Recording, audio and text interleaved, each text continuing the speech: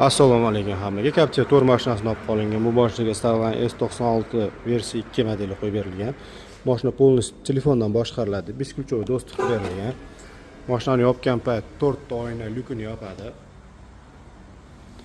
Telefondan dunyoni xohlagan joyidan ochib yopib zabt qilsak bo'ladi.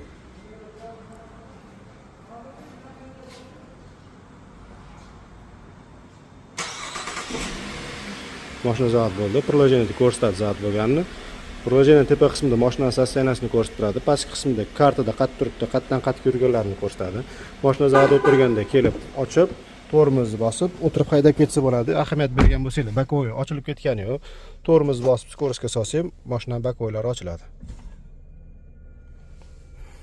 Start stop funksiyasi qilib berilgan. Hop, mashina payda turgan paytda tormoz bosib knopkani bossak zabt bo'ladi. O'chirish uchun ham xuddi shunaqa. Kimga shunaqa xizmatlar kerak bo'lsa, bemalol o'zimizga aloqaga chiqsanglar bo'ladi. E'tiboringiz uchun rahmat.